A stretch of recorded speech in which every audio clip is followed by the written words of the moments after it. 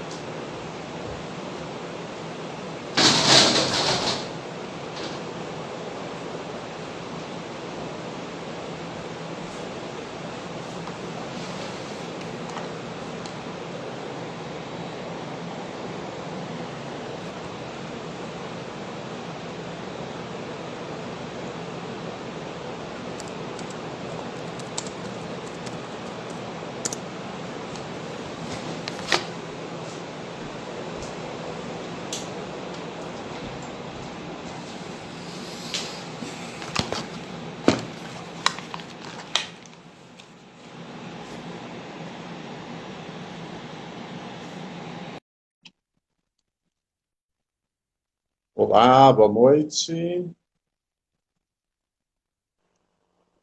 Aê! E aí, que bom, deu tudo certo, gente, aqui.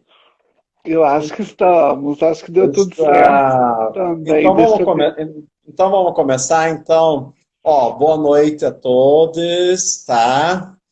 Só dar um avisinho que toda segunda-feira nós temos uma live da ABE às 19 horas, sempre às 19 horas, horário de Brasília. Então semana que vem tem outra, depois a outra. Estamos aqui para muitos babados e confusões.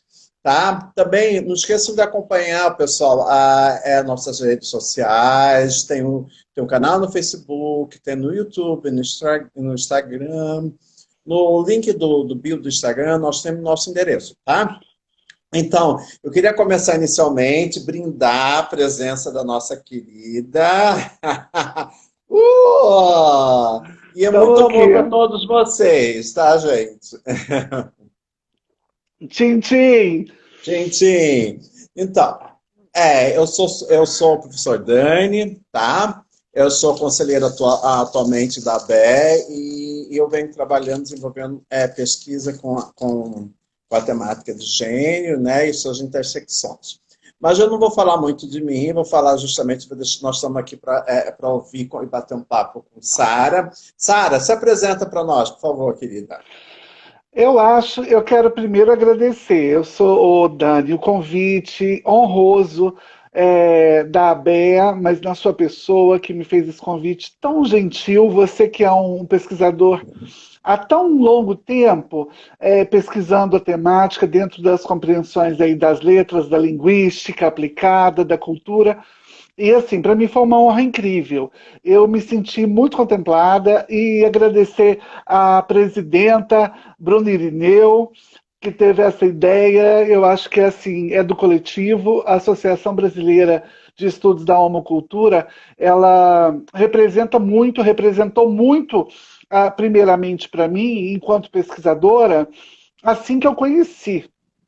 É, e depois ela vai representar muito quando vai para.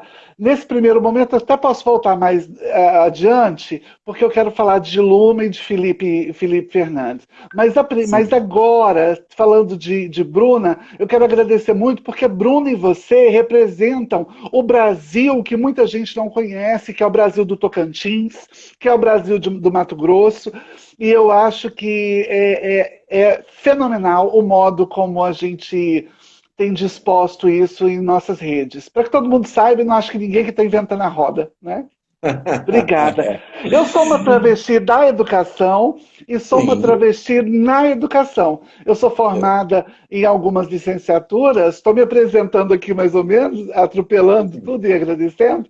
E, para quem não me conhece, sou pedagoga, sou profissional de letras em inglês, depois profissional de letras vernáculas, e na pedagogia aqui da UERJ, onde eu fiz o mestrado, terminei esse ano. Não foi fácil, foi muito difícil. Foi um processo, inclusive, que eu acho que eu preciso agradecer imensamente a essa pessoa que está aí do outro lado, que é esse Dani, que ele é responsável pelas injeções de ânimo, pelo carinho. Um dos meus primeiros textos escritos, aliás, o meu primeiro texto escrito, academicamente falando, tem o dedo do Dani. Para mim, isso aqui é um momento fora do comum, é um encontro imenso com alguém que eu admiro muito. Obrigado, querida Sol. Então, o pessoal está curioso para a gente começar nosso bate-papo. Então, para começar, então eu queria que você falasse um pouco da sua própria experiência e da sua própria pesquisa. Uma das questões que eu vivi quando era aluno no ensino fundamental era a violência, né? Eu lembro que, certa vez na escola, eu levei um tapa da minha professora, né? Com a alegação que eu estava colando, não estava colando. Anos depois, eu fui entender que aquilo era uma das formas de controlar o meu corpo. E como que você pensa assim, como que o nosso, eu consegui sobreviver, você conseguiu sobreviver, mas como que esses corpos dissidentes conseguem sobreviver nessa escola com esse discurso tão heteronormativo? Dani, eu acho que primeiramente, assim, a gente precisa entender que existe uma raiz, uma matriz cis, hétero, normativa, que louva um falo, que tem uma paixão por um pai, né, uma cultura patriarcalista, ela ama ter pai, alguém que dá direções, e isso é da cultura. Né? E eu acho que quando a gente chega nesse ponto, você diz a gente sobreviveu, a gente resistiu a esse espaço. Eu acho que a gente resistiu, a gente sobreviveu a esse espaço, mas com muitas marcas. Muitas marcas. Talvez uma delas seja hoje você, um professor de tantos anos depois, você ter que retomar essa conversa para poder dialogar com o garoto que você foi naquele momento. Né? Do mesmo modo quando eu falo, olha, eu sou pai, travesti, sou cabeleireira, sou profissional disso, daquilo, isso é uma denúncia gravíssima sobre todos os espaços que eu fui retirada por não suportar a pressão, por ser travesti. Né? Então, quando eu digo, eu fui instrutora, professora de teatro, por que não é mais? Eu fui cabeleireira em Londres, por que não é mais? Eu fui. Por que não é mais? Então, assim, essa série de profissões que vão sendo alocadas e que você vai tentando resistir, eu não sei se a gente sobreviveu. Eu acho que muitas das faces da Sara foram mortas. Agora, tem uma Sara que é muito maior, como tem um Dani que é muito maior, que vai atrás de outras formas de falar: olha, não deram conta de tudo, não. Sobrou semente, Uhum. sobrou um pedaço, e aí a gente tem que trazer. Estava lendo um texto para o evento da N1, lá do No Queer, do pessoal da Federal Sim, de Pernambuco, sim. maravilhosos, e, e aí eu tive que reli o Corpos que Importam, da Butler. E Sim. aí, lá no Corpos que Importam, a Butler ela fala, em um momento do texto, ela coloca a matriz cis heterossexual, ela não usa cis heterossexual, mas ela chama de matriz heterossexual, perdão, inspirada na Adrienne Rich, da heterossexualidade compulsória, ela utiliza o Uhum. termo gênero alinhado com sexo, alinhado com prática sexual, alinhado com desejo. É o único momento em que ela fala dessas quatro coisas. E quando a gente pensa aonde que está a novidade e o que está, às vezes, passando despercebido, e que talvez nem ela tenha notado, é a prática sexual versus o desejo. Porque Uhum. nem sempre ter uma prática sexual corresponde ao desejo. Sim. E isso, né, no mundo feminino, é muito compreensível. No mundo masculino, talvez não faça tanta lógica, não tenha tanto nexo. Mas no mundo das mulheres, isso faz muito sentido. E eu comecei a me atentar a isso, inclusive essa submissão que outros corpos, porque a gente vem discutir esses dissidentes que sobrevivem, porque a Uhum. gente, de alguma forma, vai se adequando a alguma coisa. Né? A Sim. gente, então, se aparelha a esse instrumento para sobreviver. Não significa que, de fato, tenhamos sobrevivido. na integridade e com a beleza que dispunhamos, né, naquele momento. Eu Eu lembro acho. que uma das coisas que eu usei, eu comecei que de alguma forma me organizou para o futuro ser professor universitário, é que eu me isolei nos livros. Era tão assim, era uma coisa tão louca que eu lembro que eu ia para as festas com o livro na mão, só para não interagir com as pessoas. Então eu Olha. pegava no livro, porque eu percebia que eu percebi que eu estava tendo um conhecimento que as outras pessoas não tinham, e de alguma forma eu intuitivamente me empoderava a partir disso. E eu ia, era uma coisa muito louca, só depois que eu fui perceber essa ação que eu fazia. Mas isso foi a forma que eu tive de isolar e conseguir sobreviver nesse contexto, né? Porque Sim, sim, porque não, eu fiz naquela época esse. nós sempre, né? Você fazia isso também? Eu acho que eu fiz e eu coloquei isso na minha dissertação. Eu fui lembrando que um dos modos que eu tive de sobreviver e não apanhar da polícia na minha adolescência, que já era toda enviadada, era andar com livros nos braços. Então eu sempre tinha desculpa de que eu estava indo ou vindo da escola. E aí eu não ia Sim. apanhar por ser travesti. Eles poderiam até abusar de outras formas, mas a desculpa era sempre essa. Os livros também me protegeram por algum tempo. E eu É, descobri isso na dissertação, assim, fazendo esse. e é engraçado você ver, daí talvez a relevância de pensar tanto esse lugar que a escola, que ao mesmo tempo nos maltratou, mas ao mesmo tempo foi nos construindo, porque nós somos educadores, nós somos professores, tudo mais. Então, como você vê esse lugar nessa construção, nessa identidade nossa como profissionais de educação, porque nós somos justamente esses corpos desviantes que estão em sala de aula, né?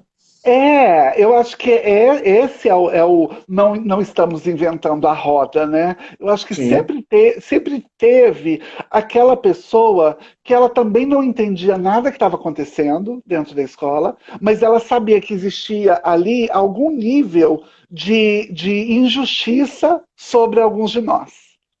Então Uhum. sempre houveram essas pessoas Sim. que estavam lá para poder dar a mão, para poder chamar para perto, para poder convidar. Eu costumo dizer que as professoras, eu tive uma avó me criando e na sequência uma mulher preta. Sim. E, e eu acho que assim, eu sempre confiei muito mais nas mulheres, na tia da limpeza do Ah, que sim. na tia da direção. A tia da direção era sempre uma coisa que eu iria me jogar para a exclusão. Mas a tia da limpeza, eu tinha certeza que ela tinha uma saída inteligente. E hoje eu continuo vendo isso nas escolas que dou aula, né? Nas mesmas escolas. Engraçado que é a mesma diferença que eu percebia, porque eu acho que justamente porque são essas mulheres que viviam também no processo de opressão, né? Quase Sim. sempre eram mulheres negras que viviam e muitas, né, provavelmente eram agredidas pelos seus companheiros. Eu acho que é nesse processo de olhar do outro, né, oprimido, olhar para o outro que se reconhece e de alguma forma tenta se unir, né?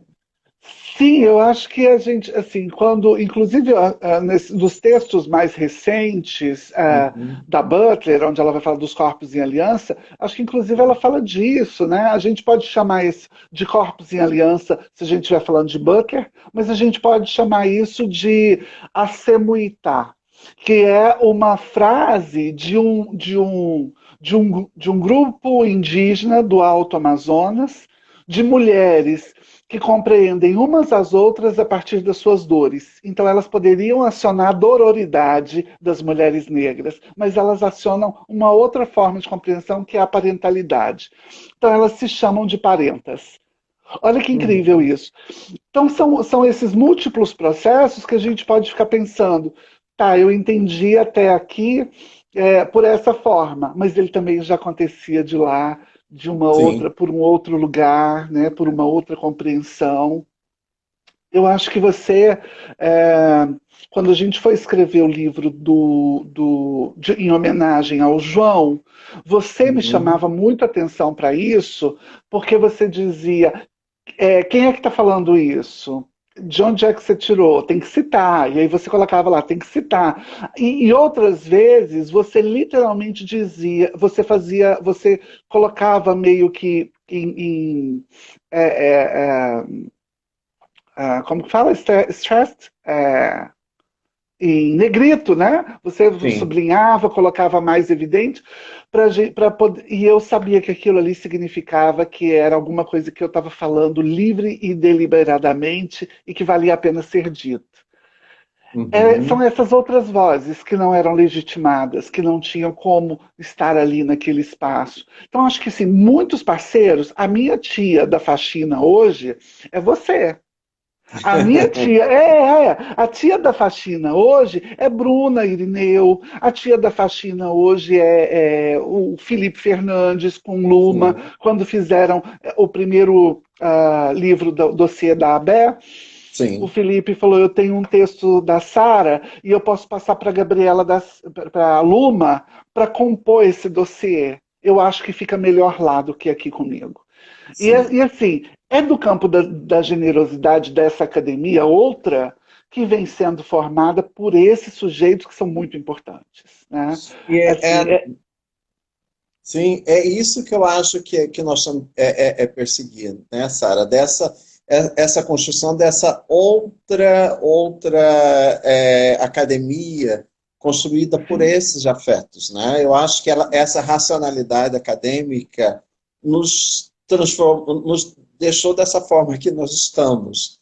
Eu acho que Sim. agora está na hora de nós começarmos a construir outros afetos. E com Daí as limites, né, diferenças, né? Dani? Aham. Sim, e com muitos com limites, porque você há de convir que existe uma série de limites acadêmicos, inclusive, na sua formatação de sujeito, que não Uhum, vão permitir que muitas coisas que às vezes eu diga deliberadamente sejam simplesmente minhas. Né? E uhum. outras coisas que eu vejo, eu fico lendo as coisas da Sara de 2, 3 anos atrás nas redes sociais. Ai, tem hora que eu tenho tanto medo. E tem hora que eu tenho vergonha. Eu falo assim, gente, como eu era tosca. Porque, sabe assim, tem coisa que você vai crescendo. E que bom que isso é possível, né? Que bom que a gente pode olhar para o outro. Lembro que uma Isso. das coisas que eu falava muito era assim: é, o campo de gênero e sexualidade tem que ser pesquisado por quem é de gênero e sexualidade, gente. A pessoa agora, homem, cis, branco, sabe assim, uma coisa do campo do absurdo. E que, assim, graças ao refinamento, à leitura, né, à compreensão, você vai chegando a outros pontos e vai falando, tá, e aí? E assim, isso foi sendo refeito. E hoje eu penso assim, Uhum. cara, quantas, né, quem garante que Dani não é travesti? Sim. Quem garante, né? Quem, assim, Sim. a gente sabe que essas dinâmicas do sujeito trans, ou da sujeito trans, Uhum. ou travesti, elas não podem ser categorizadas a partir do olhar do outro, né? Eu sei que Sim. você não vai sofrer certas dores que a Sim. sociedade cobra de mim. Agora, daí Sim. a dizer quem é você, qual que é a propriedade psíquica que eu tenho com esse poder absoluto, Sim. né? Para dizer sobre qualquer um. Então a Sim. gente vai percebendo que inclusive, essa maturidade, né, no campo dos estudos de gênero e sexualidade, que eu venho aí tentando compreender, né, porque eu sou uma nova Uhum. estudiosa. É bom que saibam que, enquanto tinha gente aí estudando isso há 15, 20, 30 anos atrás, 30 anos atrás eu estava sendo expulsa de casa, há 20 anos atrás eu estava morando na rua. Então, assim, tem gente muito à frente, muito melhor para essa discussão que eu. Agora, que tem muita gente comprometida para que eu possa chegar aqui hoje e conversar com o Dani, a gente não pode negar. Tem muita gente. Sim. Muita gente. Eu acho, é isso que eu acho que é maravilhoso, né? São essas alianças. Mas, querida, eu queria perguntar uma outra coisa. Pensando da sua experiência como professora, tudo mais que você deve ter vivenciado, eu também já vivenciei alguma situação. como lidar com com essa violência verbal, não verbal, nesse contexto escolar? Porque, ao mesmo tempo, eu, como professor, já recebi violência dos próprios alunos, né, ou de colegas. Por outro lado, também tive que criar contexto para tentar também salvar alunos também que eu via na mesma situação que eu estive no passado. E como que você poderia falar para nós sobre essa questão dessa violência? Como nós, professores LGBTQI, podemos lidar a partir do nosso lugar de fala? Sim, Dani, eu volto lá no início da nossa conversa, quando você falou, eu me apegava Uhum. aos livros, né? Eu tenho me Sim. apegado aos livros, aos amigos. Às vezes algumas vezes eu ligava para o meu orientador, né? O orientador do Uhum. mestrado, Fernando Pocaí, e falava, eu preciso só conversar. Eu só preciso conversar, só preciso de um pouquinho de colo, né? E ele às vezes estava muito ocupado, outras vezes ele me ouvia. É, porque eu fico pensando assim, é, existe uma violência que eu acho que eu sinto que não é uma violência só da escola comigo, não é uma violência da Sim. instituição comigo, mas é uma violência Uhum. que é da instituição, que são dos pais, dos Sim. alunos de alguma forma, e aí Sim. tem uma pressão para que eu dê conta de uma série de coisas enquanto mulher trans, enquanto travesti naquele Sim. espaço. A minha discussão, no entanto, ela não é sobre gênero e sexualidade. Eu Uhum. tento entender gênero e sexualidade porque eu sou uma travesti que está dentro do contexto escolar. Então, eu Sim. falo de escola, e não é qualquer escola, é escola pública, gratuita, de qualidade, minimamente. Né? As outras escolas, a gente não tem tanta categoria assim para falar, e nem é do meu interesse também falar delas, que eu acho que elas têm seus gestores para isso. Mas essa escola que a gente defende como espaço público é uma escola que muitas vezes ela é violenta para alguns de nós, e aí a gente precisa realmente ter uma compreensão maior daquilo que existe. São violências, você traz violência verbal e não verbal, né? A gente pode aí trazer o gaslighting, né? Que seria essas formas de manipulação, seja por parte dos pais, seja por momentos que você precisa se colocar mais atrás para poder dar conta de aluno. Tem aluno que, por exemplo, já foi para minha sala e me xingou assim dos piores palavrões que eu nunca ouvi na vida. Nunca ouvi, talvez de muitas pessoas. Não, nunca tenho ouvido. E eu ouvi de aluno. Outros acontecimentos, quando eu tive, por exemplo, meu carro todo depredado por aluno na escola e a escola não fazer nada, e depois também, porque a intenção você quer se Uhum. sentir sujeito de direito. Então, eu gostaria que a escola dissesse, olha, vamos fazer tal coisa com o aluno. Eu gostaria de ouvir isso. Sim. Porque eu também gostaria de dizer, não faça. Como de fato depois eu não fiz. Sabe, eu Uhum. não vou acionar uma estrutura contra um Estado que é seletivamente, que constrói a sua seletividade penal em cima de corpos marginalizados. Tá? Então eu sei as nuances dessa violência que muitas vezes é uma violência psi, é uma violência nos atos de fala, né? Quando a gente também é colocado como qualquer coisa que fuja do que eu estou discutindo dentro de uma aula de língua portuguesa, dentro de uma aula de literatura, de produção de texto, de Uhum. inglês, vai ser chamado de currículo oculto. É Sim. como se o meu corpo fosse um currículo oculto. Não, Sim. ele tá mais amostra impossível. Né? Mais amostra impossível. Não tem como eu colocar mais 3, né, sei lá, quilos de maquiagem para poder ir para a sala de aula. Todo mundo está Uhum. vendo que se trata de uma travesti. Agora, currículo oculto é quando acham que o meu corpo pode ser alienado ali dentro daquele espaço. Né? Que ele não precisa de uma explicação, apesar de.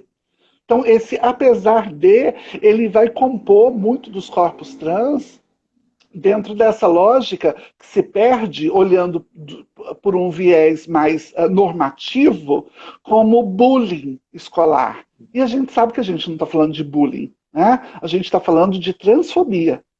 Não é transfobia. Não, não, não é bullying. Bullying pode acontecer dentro de dois garotos, dentro de um processo hegemônico de discussão dessa brincadeira sem graça entre um e outro. Mas quando acontece com uma professora que é trans ou que é travesti, isso chama transfobia. E a cultura, ela é quase que validadora desses atos, porque a gente lembra novamente dessa matriz heterossexual, né? Para eu poder estar dentro dessa matriz, eu preciso atacar aquilo que é diferente do hegemônico. Então eu encontro, inclusive, ali parceiros potentes. Só que já existem outros parceiros. Sim. Né? O que eu achei, eu acho interessante que você destacou agora, eu acho que é importante para o público que nós ouvimos, é diferenciar muito bem o que se categorizou chamar de bullying, o que é transfobia. Porque há uma tendência de colocar a questão de transfobia, a categoria transfobia, no mesmo patamar de bullying, e não é a Sim. mesma questão. Então, eu acho Como, que isso Dani, é. como também a gente tende a chamar racismo dentro da escola de bullying. Né? Eu estou É. dizendo aqui de transfobia pura e simplesmente porque eu sou uma travesti com leitura branca pela sociedade. Né? Eu sou, Uhum. então, assim, eu estou trazendo para o campo da transfobia, mas se a gente for Sim. interseccionar essa discussão, tem aspectos de território, porque eu sou uma travesti que foi migrante na adolescência. Sim. A gente pode falar de regionalismo, né? Que eu sou uma travesti que não vem de qualquer lugar para o Rio de Janeiro. Eu não vim do interior de não sei aonde. Não, eu vim de Londres, que é uma grande metrópole mundial. Então existe quase que um reforço de onde Sim. essa região de onde você vem. Eu acho que o aspecto capacitista também diz isso, quer dizer, com quantos acionamentos a sua intersexualidade vai trazendo para essa discussão? Eu sou uma mulher monocular, eu não enxergo de um olho e quase fiquei cega do outro durante essa pandemia. Então, assim, são vários acionamentos que dentro da escola a gente tende a chamar de bullying quando a gente não tem uma palavra para ele. Uhum. Né? Mas que pode ser outra coisa, pode ser xenofobia, né? E aí não é um bullying qualquer, é um bullying endereçado, pode ser um racismo, e não é um bullying qualquer, é um bullying endereçado. Esse bullying com Sim. nome e sobrenome, ele significa muito para aquele aluno que está sendo destituído do espaço escolar. É, porque eu sempre me incomoda isso, esse guarda-chuva de colocar tudo como uma forma de bullying, justamente para minimizar toda uma forma de violência existente na escola.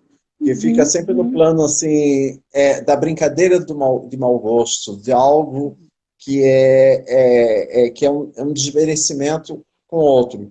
E no nosso caso, nós estamos numa situação de sobrevivência de pessoas. Pessoas são Exato. mortas por isso, né? Uhum. Eu Ô, acho que é Dani, uma outra questão. Ah, sim, a gente está vendo isso agora com a campanha do Dia dos Pais, né? Com, com, com o Tami Miranda, né? Para uma agência. E assim, e aí muitas pessoas falaram, não, mas espera aí, cada um na sua. Ele não tem pênis para estar nesse lugar. O pai é quem tem pênis. E aí eu digo, eu tenho pênis e sou pai. E aí, tá pronto? Mas aí você vê que esse sujeito, ele é tão. Essa masculinidade, ela é tão amadora, ela é tão. sim. A gente pode dar qualquer nome para isso, né? Mas ela é tão fantasiosa que a Butler chama isso de paródia, né? Que ela coloca em xeque até quando ela não dá conta da resposta.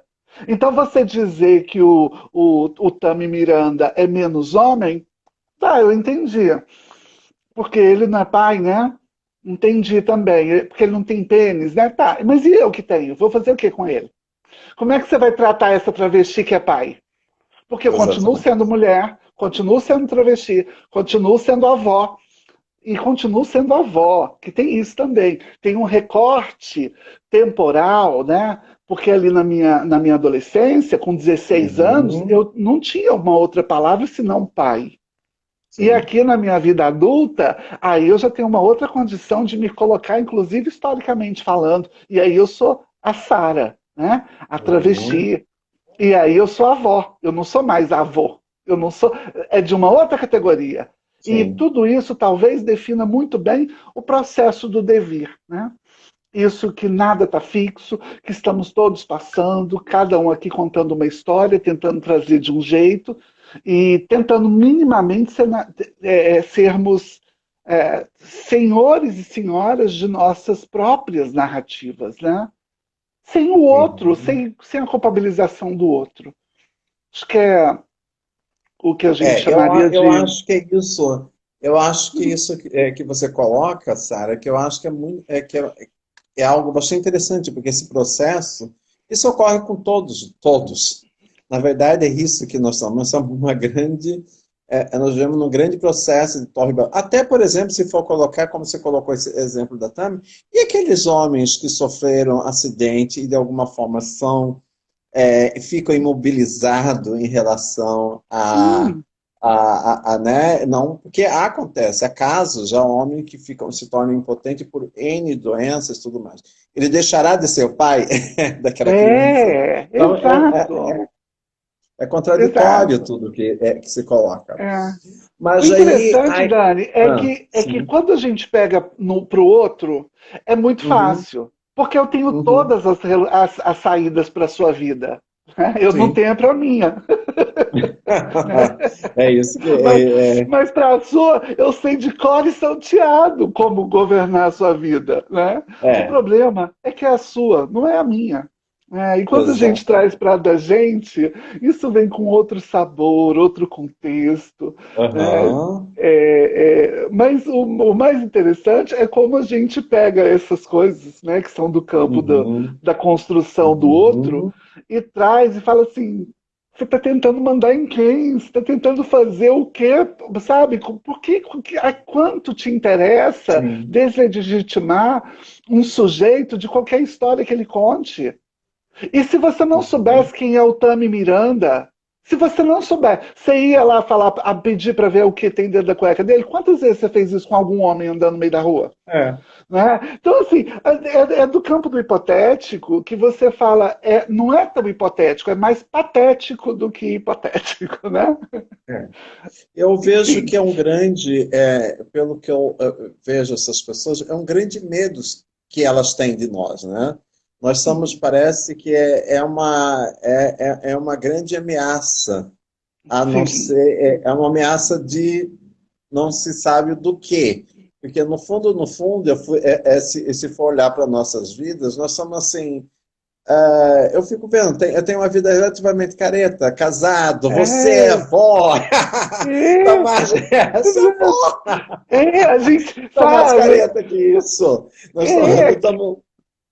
sabe, o que você faz? Você pega estátua de Jesus, né? Introduz em algum lugar. Não, a gente faz nada disso. A gente corrige prova, a gente lança nota, lê Sim. texto. Quando você faz uma orgia muito grande, você faz uma live com seu parceiro lá do outro lado tomando vinho. Exatamente.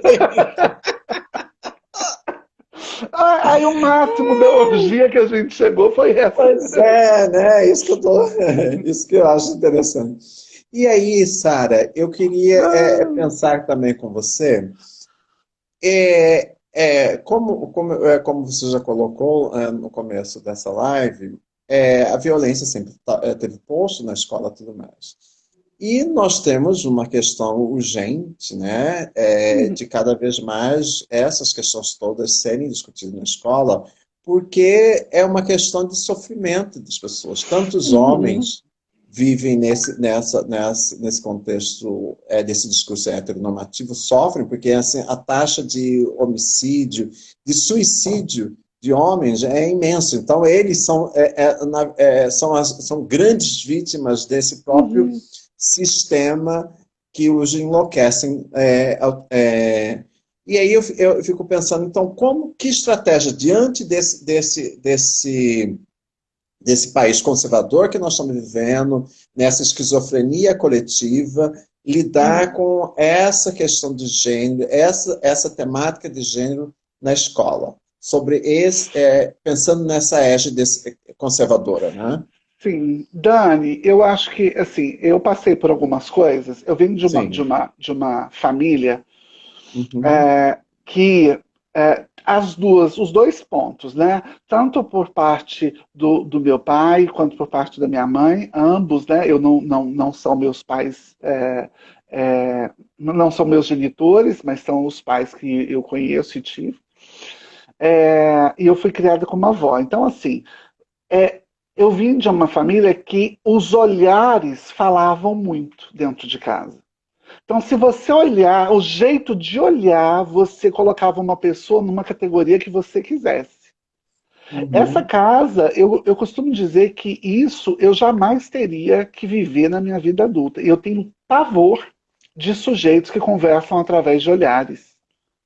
Porque as pessoas mais perversas que eu conheci na minha vida, elas conversavam através de olhares. E os olhares eram Sim. sempre discriminatórios e eram sempre relacionados à exclusão que viria a cair sobre mim, supostamente. Sim. Então eu tenho muito medo disso. E eu continuo percebendo que existem esses olhares em algumas famílias. Né? Quando a gente vem trazendo o corpo da travesti, o corpo da mulher preta retinta, ou o corpo da travesti preta retinta, a gente traz esse corpo porque talvez fique mais explícito tudo que a gente está falando. Mas eu sou Uhum. capaz de conversar com você aqui durante horas, e você comigo, e a gente não tocar em LGBT. A gente falar Uhum. pura e simplesmente de gênero e sexualidade relacionado a corpo de mulher branca e de homem branco. Sim. E como isso é Uhum. perverso para esses sujeitos. Então, quando a gente está aqui trazendo para esse campo, e falando de travestilidade, é porque existe um propósito dentro dessa discussão que é trazida. Mas esses sujeitos, eles estão o tempo todo sendo acionados nessa nossa conversa. E por esse motivo, quando você me pergunta sobre estratégias possíveis, né, eu digo para você que eu penso assim, em 4 pontos que talvez sejam muito importantes e muito interessantes. Acho que a primeira é a presença trans rasgada na escola. Por que eu estou Uhum. falando trans rasgada? Porque não basta você ser trans e ter passabilidade e ficar lá levando uma discussão, não. É muito diferente de levar a travesti, de fato, ou o viado todo quebrado. Eu conheço viados quebradaços, né? Que eles causam muito mais horror dentro de uma escola do que uma trans que está super aderida à cisgeneridade. Uhum. Então, assim, o que, que de fato está servindo à escola? O que de fato serve a uma escola interessante, que pensa a diferença, é esse corpo que causa diferença. Né? E ele causa diferença inicialmente visual. Né? Porque quando você traz ali um professor preto, toda aquela representatividade daquele corpo naquele espaço aciona milhares de imagens dentro do nosso mental, né? Dentro do nosso campo imagético. E aí você vai ter ali o que você tem de melhor e o que você tem de pior. O que a gente tem visto de absurdos em lives de grandes professores é por isso. Né? Você tirou o filtro e a hora que você tirou o filtro, o que você pensa pulou para a tela. Sim. E aí a gente está vendo coisas horríveis. Então acho que o primeiro ponto seria a presença trans, né, nesse contexto. Um segundo ponto seria é, assumir na escola que existe um silenciamento de temas. Então a gente não fala, a gente quer falar de preto, mas a gente não quer falar de racismo porque o colega está fazendo isso. A gente quer falar Uhum. de LGBT, mas a gente não quer falar de transfobia, homofobia, lesbofobia, porque tem uma professora que é lésbica e ela não quer nem discutir isso, porque isso vai abrir mais um ponto para ela dar conta na vida dela, que já é super complicada com outra coisa. Né? Então, assim, é assumir que a escola também tem um papel, muitas vezes, de Uhum. silenciamento, não Uhum. atendendo aos preceitos de uma escola pública, gratuita, Sim. laica e de qualidade. Porque tem gente que acha que é dono da escola. E não é, ele é só Sim. diretor. E aquilo vai acabar rápido, ainda bem. Né? Então a gente trazer isso. O terceiro ponto seria a discussão ampliada desses temas. Porque uma vez que eu reconheço que eu sou racista, que eu sou transfóbica, eu vou começar a direcionar o meu discurso, a minha intenção, o modo como eu procedo, com mais coerência para a vida. E todos nós somos. Né? Não há mal Uhum. nenhum você dizer que você é racista, que você é transfóbico. O mal é você dizer que você não é. Porque se você não diz que você é, fica parecendo que você não entendeu ainda que você está numa cultura que é imersa a essa coerência. E eu acho que o quarto ponto É, seria a construção de uma memória escolar. Eu acho que toda escola precisa ter a construção da sua memória LGBT, sabe? Do mesmo jeito que a gente coloca um nome na escola. Ah, olha, escola ah, Tia Lurdinha. A gente tem que ter assim, na escola Tia Lurdinha teve uma aluna, foi expulsa em tal época, por isso e isso. Ela era acusada de bullying naquela época, mas era transfobia, a gente soube depois. Então, a construção dessa ideia, dessa memória coletiva, que a escola muitas vezes não tem. Alguns professores têm, alguns gestores já têm, já fazem isso. Mas quais? Né? Vamos lembrar aí, Paula Beatriz, uma gestora uma gestora travesti de São Paulo, que é diretora de uma escola de grande sucesso. Né? Então, assim, essas muitas faces da construção da nossa memória, de como a gente está acionando as coisas, ela não deve ser esquecida. sim. Eu acho que são esses quatro pontos, assim. Eu acho que Muito. são pontos maravilhosos de se observar, né? Porque eu fiz essa pergunta justamente porque isso é uma recorrência, é uma pergunta bastante recorrente que os professores se já sensibilizado com toda essa discussão que nós estamos fazendo já há algumas décadas, sempre pergunta, mas o que eu faço? Né? Como É, eu é, vou articular toda essa questão ao mesmo tempo num contexto extremamente conservador, extremamente é. opressor. E eu acho que você, ao fazer, ao trazer esses quatro pilares, eu vou chamar de pilares, eu acho que você evidencia possibilidades bastante pragmáticas de como fazer Uhum. isso, né? De Sim, é repente, porque a gente assim, fica tentando, Dani, fazer um negócio sim, imenso. sim, A gente não precisa na escola do dia da libertação da República da escola. O que você aham, precisa é assim, se você conseguir construir um mural na entrada da escola que dê aquele resultado e que cause impacto, que um pai, dois leiam, a gente já fez muita coisa. Porque uhum, com muito poucos sujeitos imbricados nessa construção, a gente tem mudado muita coisa. Né? sim. Não podemos dizer que são poucas. É.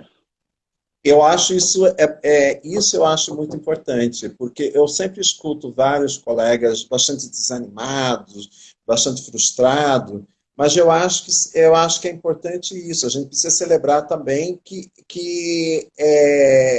vitória a gente conseguiu. Eu acho que só o fato desse assunto começar a ser problematizado, as pessoas verem um incômodo profundo em relação a essa Uhum. questão, sinaliza que, de fato, nós conseguimos, de alguma forma, problematizar esse assunto na sociedade. Porque se isso não fosse, nós não íamos ter toda essa discussão A propiciada por um versão. pastor sobre o caso da Tami. Então, É. isso mostra que aquilo, eu tenho um linguística que eu gosto muito, que é o Fairclough, que Uhum. nos processos de mudança discursivas, né, Uhum. que Uhum. começa a acontecer, né, na sociedade, obviamente, isso não é um processo rápido, né, como gostaríamos de dizer, Sim, mas é um processo que começa a acontecer.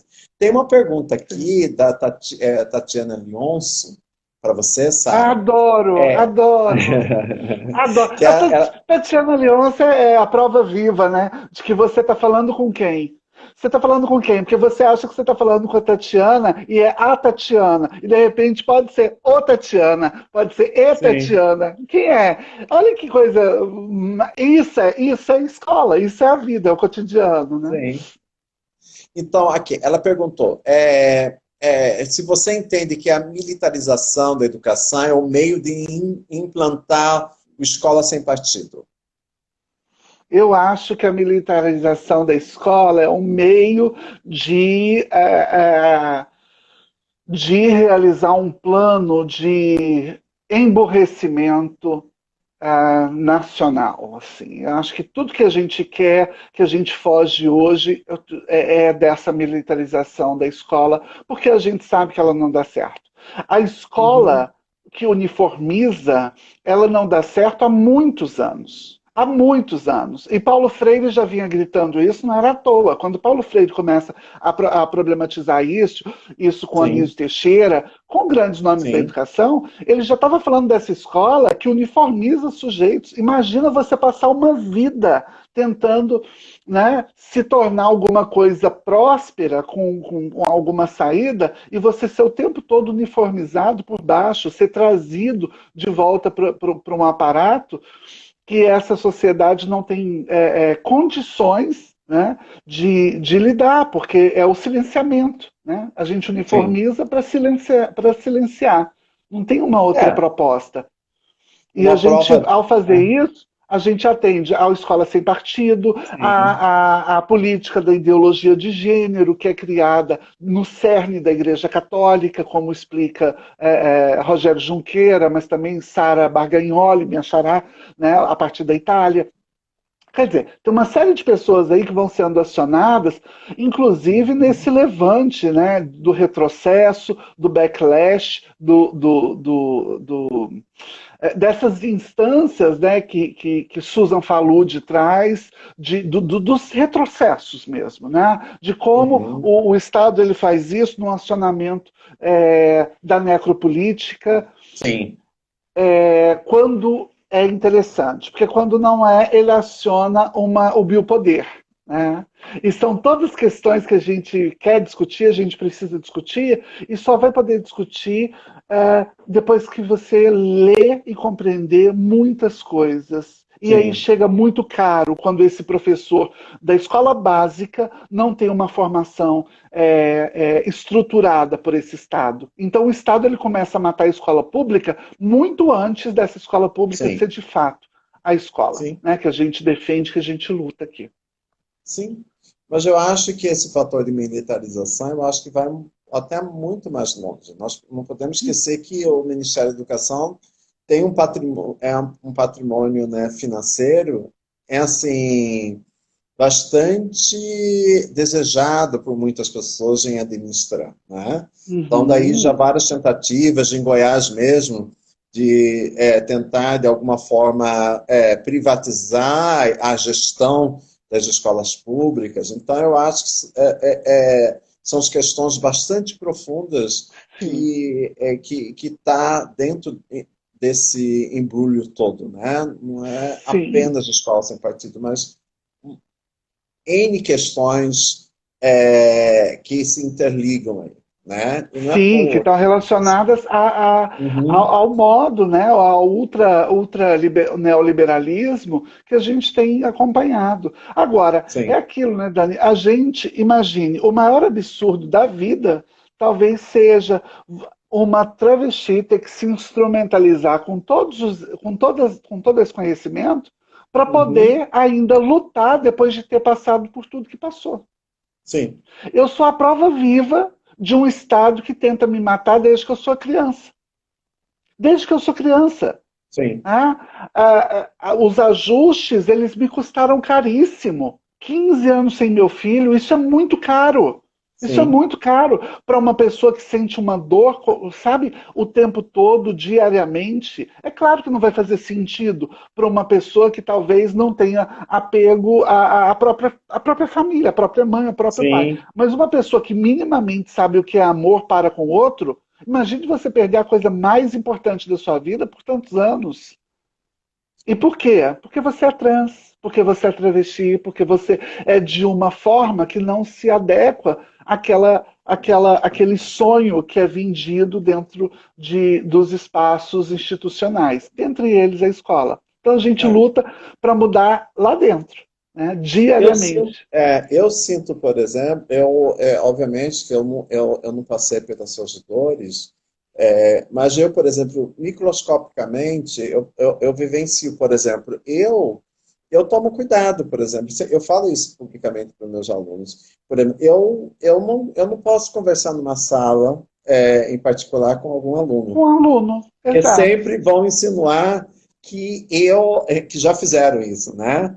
Que Uhum, há uhum, uma tentativa de sedução da minha parte para o aluno, que exato. tudo mais. Então, por exemplo, eu não posso fazer isso. Eu, por exemplo, quando eu atendo um aluno na universidade, eu atendo com porta fechada, com porta aberta, desculpa. Eu acho que nós temos pouco tempo, Sara, já. É, temos o Nosso quê de prazer. tempo? Voou. Acho... Vou, meu amor, nós temos já acho que uns 5 minutinhos para acabar com Ah, a live. então, eu acho que Passou tão rápido.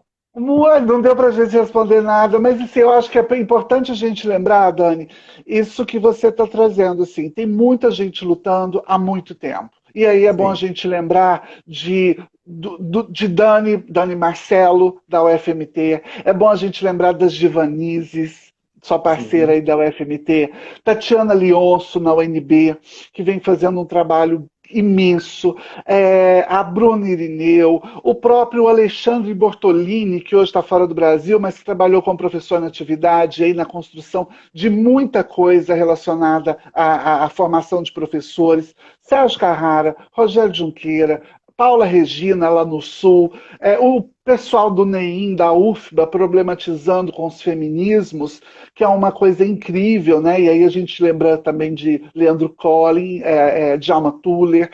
Quer dizer, são muitas Sim. pessoas, Elizabeth, deixa eu chamar meu povo também. Elizabeth Macedo, Maria Luísa Sequim, Ana Lúcia Goulart, de São Paulo, da USP, Irã Mello, lá de Aqui Pernambuco. a Adriana, aqui nós chamamos Adriana Salles, Adriana maravilhosa. Salles, Alain Moreira, Vaz Neto, Jaqueline Jesus, aí as travestis todas, É. né? Luma, Amara Moira, quem mais? Tem mais gente. Enfim, a gente pode dizer aqui de algumas grandes mulheres que foram fazendo a história, mas de grandes homens, e aí meu orientador, né, Fernando Pocai, que vem que foram pessoas que foram problematizando e dando condições para que gente como eu chegasse aqui e Sim. falasse tudo isso que a gente tem tentado falar.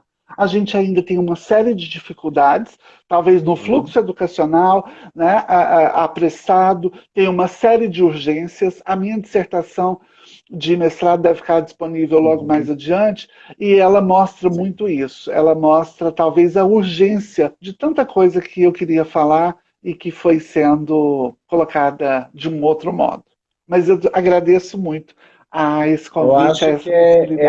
acho que é isso que nós temos. Nós temos que colocar justamente essa urgência na prática. Nós sabemos que, diante desse contexto difícil que nós estamos vivendo, que é mundial, não é uma coisa exclusiva apenas do Brasil, eu Uhum, acho que nós temos. Eu sinto que nós temos que criar essas redes de esperança, porque eu acho que uhum. só nós que já vivenciamos essas dores que nós podemos compreender realmente como que a escola foi importante, apesar de todas as suas contradições, É apesar o das suas lugar que a gente loucuras, tem. É o é o lugar que a lugar que gente nós tem. temos. É. É. Então, eu acho que nós precisamos realmente começar a, a, a rever essa escola a partir das nossas próprias ações cotidianas. Né? Eu acho que é isso. Sim. Eu acho que você deu aqui, resumidamente, quando você falou desses 4 pilares que eu coloquei aqui, eu acho que assim, você deu um cerne para os professores. Eu acho que nós precisamos agora, eu acho, até falo para você, vou até falar para a Bruna, eu acho que nós temos que voltar novamente a conversar sobre isso, mas eu acho Sim, que é justamente conversar sobre esses 4 pilares, com maior detalhe, para sim, justamente fazer uma live para os professores. E aí, sim. como que nós vamos discutir isso, implementando essas questões na própria escola? Eu acho que Ah, eu nós adoro. precisamos mostrar isso. Eu Topa, acho. Bruna, já tô, Bruna, eu já acho que é uma estou aí. incumbência da ABE, que já chama todo mundo. Vamos chamar a Tatiane Leôncio, que está aqui, inclusive, Bruna, É, chama todo mundo, vamos porque chamar todo eu acho mundo, que essas porque mulheres, essas grandes mulheres já estão pensando isso há muito tempo, né? sim, Muito está tempo. na hora de. E honestamente, eu acho que esse é um dos pontos que os professores de fato têm muita dificuldade. Como implementar essas questões? Tá? Uhum. Olha, a Thaís também, aqui também, se colocando também à disposição. Vamos lá. Então, depois, Thais Emília, gente, beijo, não vi nenhuma já, mensagem, mas eu agradeço. Vou ver agora. Ai, acabou o tempo. ó, acabou. Então, gente, então vamos ter que encerrar agora, infelizmente, que o tempo acabou, tá? Um beijo, vai ficar disponível, vai ficar gravado aqui, depois vai para o YouTube também, tá? Quero mandar, assim, agradecer muito, querida, a sua participação. Eu acho que há uma necessidade de nós discutirmos muito isso, porque a escola está aí, está posta, e se nós não começarmos a criar um discurso contrário a essa loucura e essa esquizofrenia A profunda, de gente fato, já faz, a gente não dá conta de é, parar mais, né, Dani? A gente já faz. agora A já gente não dá conta de parar. A gente precisa agora que outros se comprometam também então, conosco. é Não isso. é? É Querida, isso. então, um beijo para Obrigada. você, mais um Beijo para brinde você. em sua Ai, um homenagem. brinde! Tchim, tchim. Esse tintim é para todos vocês também que estão aqui, todos, né, que Obrigada a estão todo mundo que participando tem dessa live. paciência de ouvir tudo que a gente fala. Que coisa boa. Beijo Dani, para todos. Jaqueline, gratidão, beijo para você obrigada. aí, querida, também. Jaqueline chegando agora. Jaqueline Beijão. Jesus, adoro, falamos Jesus. dela. Já falamos, inclusive. Ó, tá. Beijão, gente. Beijo. Tchau, Flávia. Bruna, fica o convite. Olha aí, ó. Todo mundo já tá animado. Beijo. Adoro, Até beijo, mais, bom. gente. Tchau. Muita gente. Beijo, Ah, ai, meu Deus, agora como que eu vou salvar, hein?